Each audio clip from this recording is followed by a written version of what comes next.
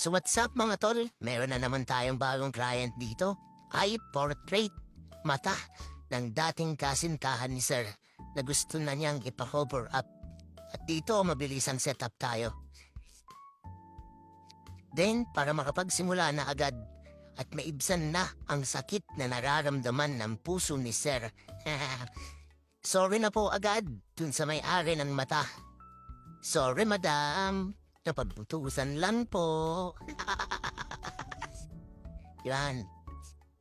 Bali binabanatan na natin yan. At dito, relax na relax lang si Sir kahit puti na yung binabanat kong ink.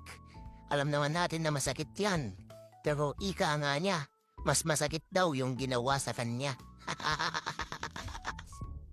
At ito ang cover-up natin. Pero, nabitin dyan si Sir, nagpaligdag ng background na star sa kanyang mga tattoo.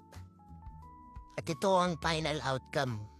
Yeah, napaka-angas. Gang-gang. Alright. Yeah.